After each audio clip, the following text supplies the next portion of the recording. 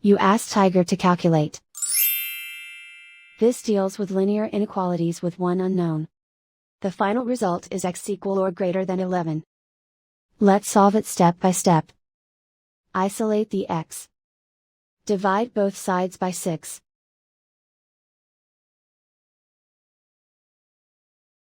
Simplify the fraction.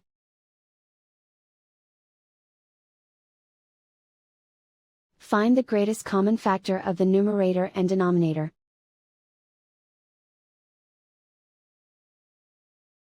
Factor out and cancel the greatest common factor.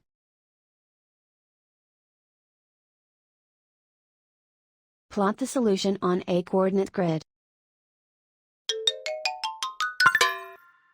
And so the final result is x equal or greater than 11.